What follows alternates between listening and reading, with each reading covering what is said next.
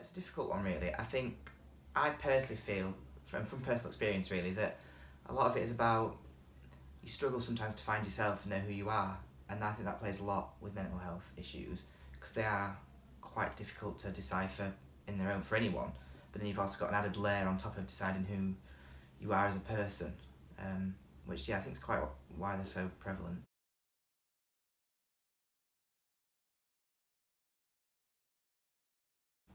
Yeah, I think that probably mainly affects why people don't talk about them. I mean, even today, I think still some issues around being LGBT is still quite a taboo subject, and it isn't the easiest thing to bring up in a conversation.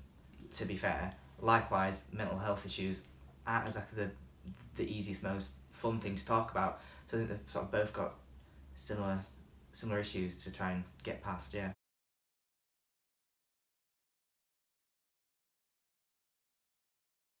massively.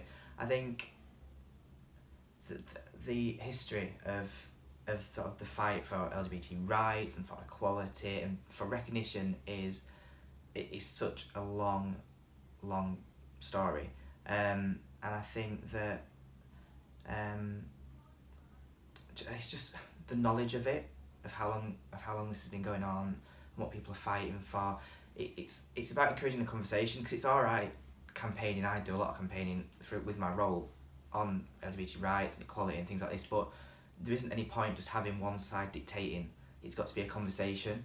You're never gonna change anyone's opinions on anything, on either what they think about LGBT people or what they think about mental health just by dictating to them. You need to have the conversation with them and discuss and move past what were previously obstacles and things like that. So I think just having something that is generating knowledge and attention towards subjects like that is incredibly important. I think that's something a massive part. There is a massive part that universities and other institutions like ours can play in that.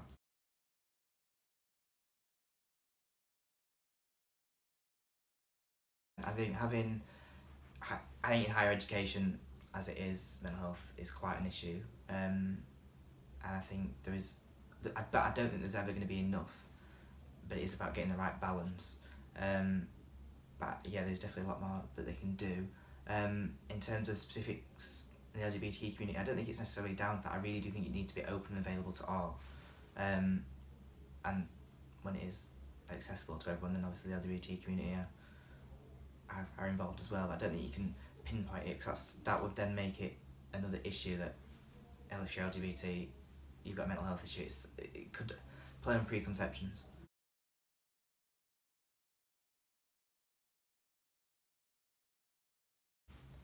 I just hope that, and it's not really to do with being LGBT or anything like that, but I just think help and support really for people with mental health issues, even if they don't want to define and say, well, I've got this or I'm suffering with this. It just needs to be so much more free and available. And I think, and this is particularly important for a university like Trinity, is to teach. We teach teachers here a lot, and journalists and people that are going to go out into the wider community and have an effect on other people. And I think we need to start training those people in how to deal with mental health issues and give them knowledge on it. So when they come in touch with students in a classroom, even in a primary school setting, they're interviewing people, they're working in a newsroom, something like that. They have that background knowledge of issues that are affecting a lot more people than actually probably people care to admit.